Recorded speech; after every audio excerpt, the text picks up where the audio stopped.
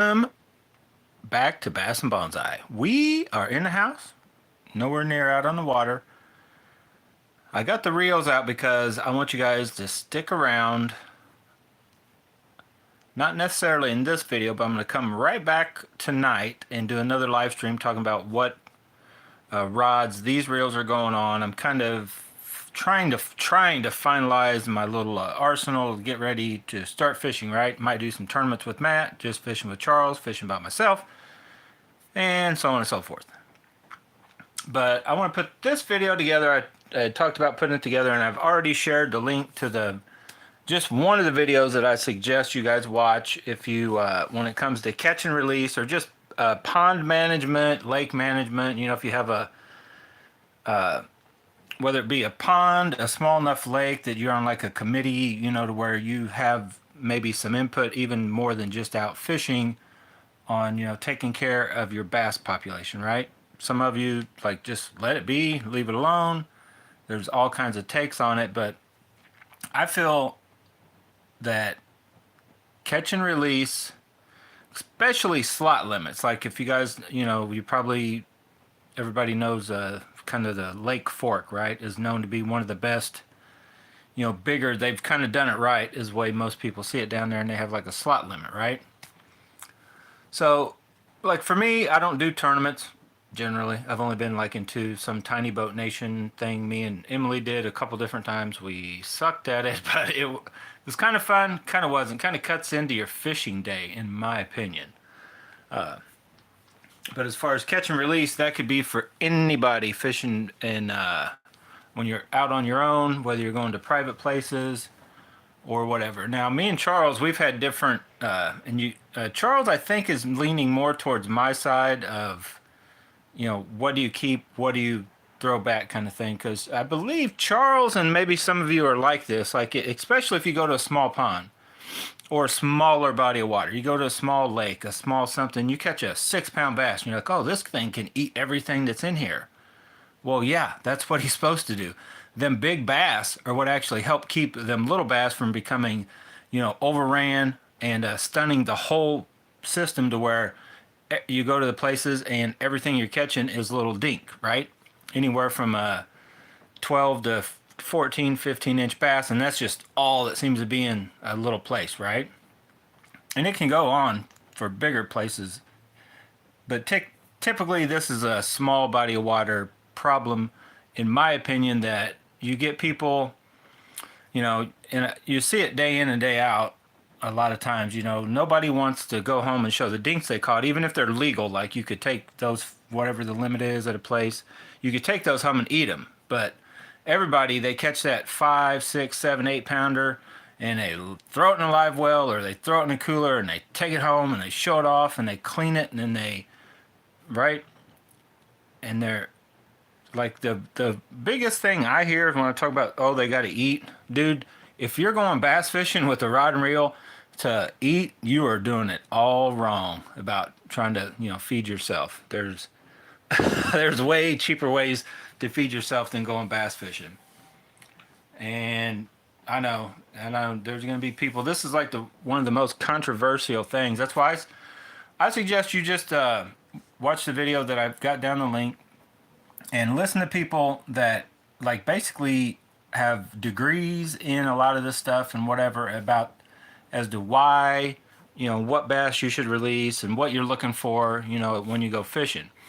And if, in my opinion, if you don't own the place, if you own it, you can do whatever you want. And technically, if it's a public place and everybody can fish it, then yeah, technically, as long as you're going by the rules on what you can and can't keep and all that kind of stuff. But I can just tell you from personal experience that once you get fishermen with the general mindset of, well, everybody else is going to keep them also, or, well, if I don't do it, somebody else will kind of thing, that is a good way to get things going downhill. And in my opinion, is why a lot of fisheries, whether it be a little pond or a decent sized lake, why they come and go, right? You get people that, you know, you hear, oh, they're biting. That's why, in my opinion, this is why one of the reasons why fishermen are some of the most tight-lipped people from telling anybody anything else about anything, because like you let it out that they're biting here or there, and it seems like here comes everybody and their brother out of the woodwork that don't even fish. Like you didn't even know they owned a rod and reel. Here they pop up with some little rinky-dink kayak, little John boat, rod and reel. They go out there and the crappie are biting or whatever biting. They're keeping 50 a day. And next thing you know, guess what? In about a month or two, that place sucks. That place ain't no good anymore for several years, right? Like I've seen it happen with smaller lakes, impoundments, reservoirs, watersheds, just all kinds of stuff. And if I don't know, it's like if people just had the mindset of, is what I'm hoping they have. I mean, that's fine if crappie. I don't really care about crappie anyway. But when it comes to big bass, I'm going to give you my take on a big bass. And if you watch the video below, several people that have studied it and how long it takes a bass to get that big and the odds and the chances of getting bass that big. Because I remember somebody commenting a while back on I forget what forum or what group I was in, and they were, well, that's all you catch down here is 8-pounders. Well, what's the problem with that? Keep throwing them back. You're complaining about, and I think they're in Florida or something. It's like, that's a bad thing. Because what'll happen, as you see, you watch something on TV, we've all seen it. You're watching the Bassmasters, this, that, Falcon Lake, Lake Fork. These lakes become popular. Boom, they pop up on TV. Next thing you know, after a few years, you're watching guys on videos. The first, 6 months to a year, everybody's going down there, it's putting a video out, it's just slaughtering them. And then next thing you know, it's like, oh, this is just so. Well, just pressure, even if you are catch and release, will affect it. But if you're going out and, as a lot of people typically do, and I think I don't even know where it is right at this moment, but I've just heard so many people trying to say that it's a good thing to take big bass out and it's not a bad thing. And I'm like, dude, you don't get it. You're not understanding it. We're like at the top of the food chain, and that bass is the top of his food chain. And when they get that big, in all honesty, we should leave them alone. We should catch them, get your pics, get your measurements if it's a trophy, and get a replica or whatever, but put that fish back and let it's already so far up in its life cycle, let it finish it. It's this trophy mentality, right? Like, don't take offense to this if you're a hunter that's got to go out and get that trophy and all this and that, but I've never been that guy. I don't need a 10-point buck on my wall to make me feel like I really am a man. I don't need to go out and on some hunt and shoot an elephant or a tiger or whatever. I mean, I've gone hunting. Currently don't do any hunting really, but I've done some hunting before, but never for bigger animals, just for little, and never because I needed to eat. Like, I was born in 1971. We already had like McDonald's and stuff, places around. I just go get something to eat, right? So I get it. You go and it's the cheapest way because Charles does it, and and a lot of my family still do that. They do the deer hunting, and they may go down and do snag and this and that, and they catch this and that, and they go get it processed, and then they fill their freezers up. That's totally different than as far as what I'm talking about, the sport and the hobby and the profession, if you're in a professional bass fisherman or whatever, of keeping those big fish out, especially in places if you're going to be this, you want people to go back and enjoy and have fun catching them.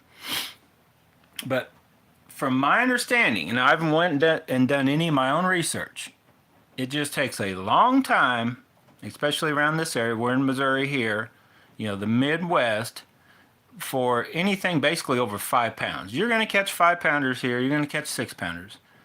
You're not going to catch a ton. You're going to catch, you can get 7s, 8s. I've heard of people, I've never seen, Charles, he can vouch for this too. I've heard of 14-pounders. I've never seen a 14-pounder in person.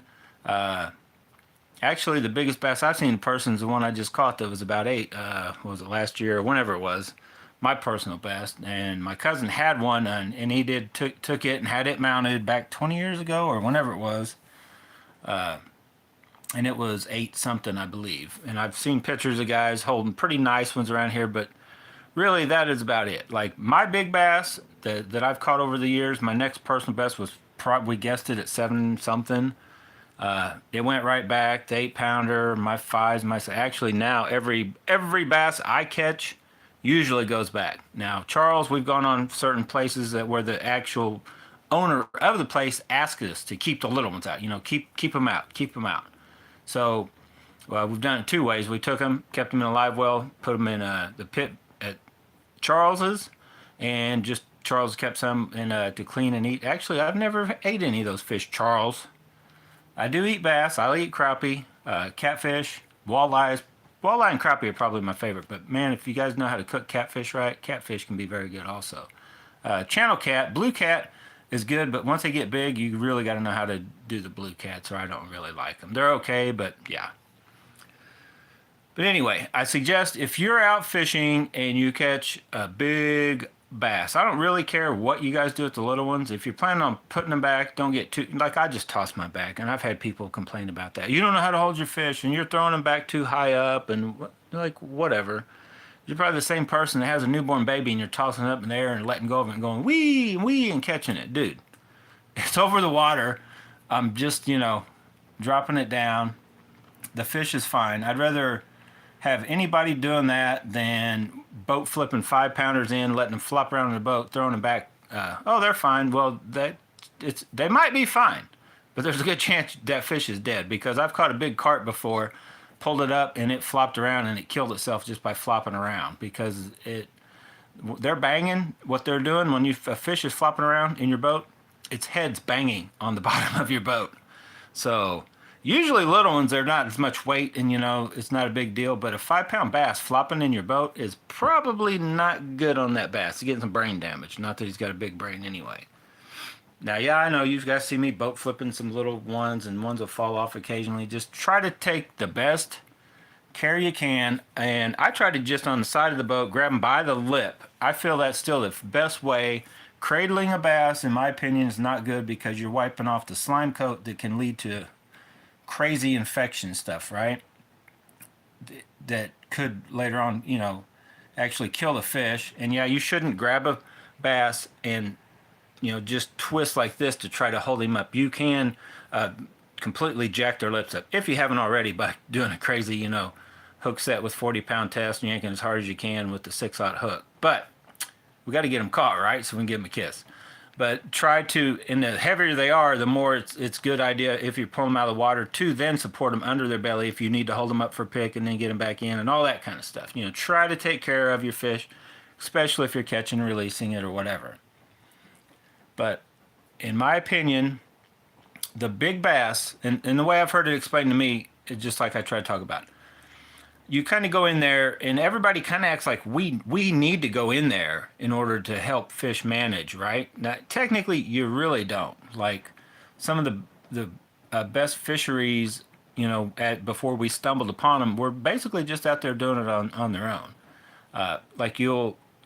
Like say if you build a 50 acre, 100 acre, or whatever, and you stock it with fish. Well, usually they can and do go through some cycles, but typically you get to a point where, it may take however long before you get the dominant, that first, batch, or maybe it's the next spawn that then as they get up, but you end up with kind of the fish that are dominating the area in a certain size and they're helping keep down the other, little ones. But if you start plucking out big bass and you keep throwing a little bass and a little bluegill in this back, well, then next thing you know, end up with monster bluegill that the bass can't eat, little bass that can only eat the other little bass and or baby bluegill, but there's not enough food for all of the amount of the little fish. They just become stunted to where you're going to places.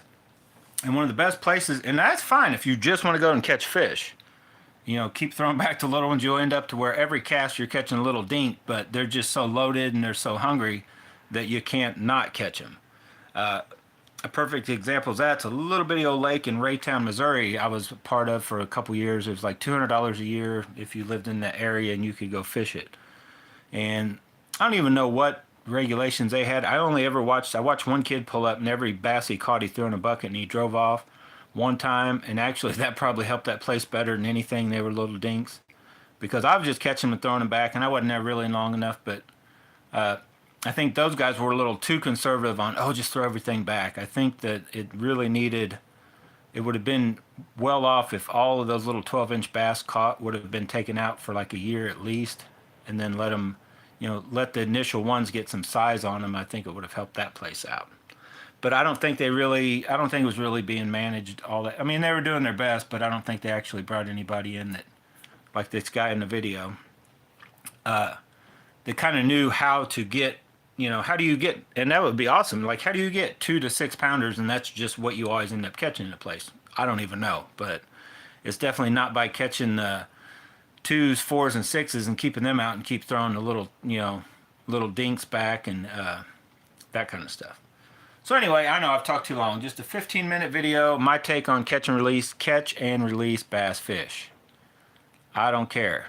Catch and release them. If you need to keep some to eat, catch just the ones that are in that slot limit, or find a place where somebody wants them caught out of their place because they are small, and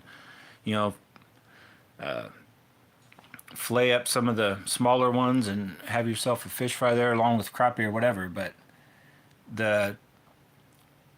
even really, like a 2-pounder, you can't really get good fishing with 5 and 6 pound bass if you're keeping all your 2-pounders out of the places you're always going, because you're not going to give those fish that extra, a couple more years to get up to that other size. So I figure once they've gotten,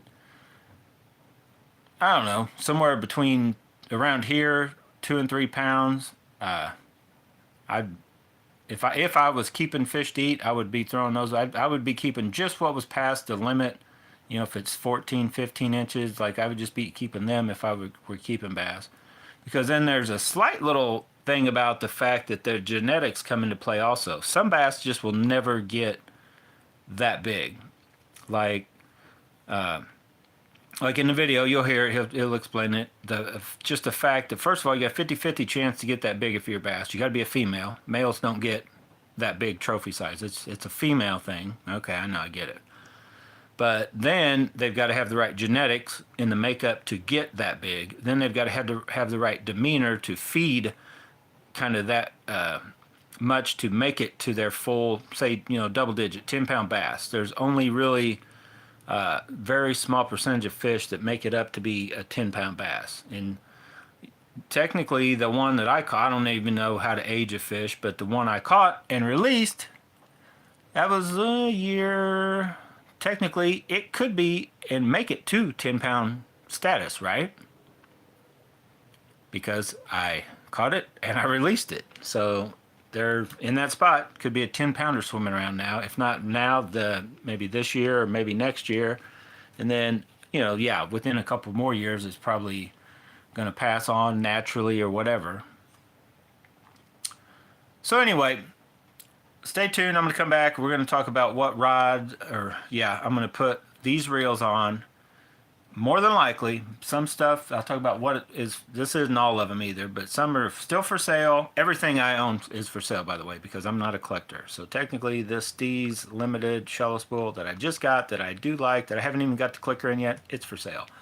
The Bantam may be going bye-bye, but I'm going to put a clicker in it, and I may give it a little shot. The issue I'm having with that is trying to make myself like the fact that side plate, and the fact that it just doesn't go with the flow of what I may be trying to do here. So anyway, even the Zillion, I think Matt, I don't know if Matt's even watching any videos, but the one Zillion, I think Matt's buying, but this Zillion may be up on the chopping block. The Calcutta Conquest is definitely on the chopping block. I've got 2 more of these kind of guys that are for sale. I've still got, I don't even have a home at the moment for the true lingual, not the Joker, but the one that's still in the lingual form, and then the solid black one, which was basically leftovers of this one. They're not really they're for sale like everything else I own is for sale, but I plan on using them. I just got to figure out what rod or rods I'm going to put them on, because I really have, I've still got this guy. I got to figure out what handle and star assembly. I think I'm going to go back with the, I know, but anyway, that video's over. We're no longer talking about catch and release. Just take my word for it. Catch and release does work. Trust me. Hopefully me or Charles catches that big one again in the next year or so, and we'll have more proof of we'll catch a 10-pound bass, and it'll probably be the same one I released. But I think about putting this back on this, and I can't figure out what kind of handle. This one I want to keep just for the fact I told you guys I would test it this season also. That's the Acura that has gone through, chatterbait fishing and still smooth as can be. I just was switching handles around trying to figure out which one I want to put on it. Still working very good. Well, I'm going to end this video. I'm going to come back. I'll come right back. So if you guys are watching this or you're watching this, whatever time, and you're wanting to see what rod and reel combos, I'll be right back with that. But anyway, catch and release, guys. Thanks for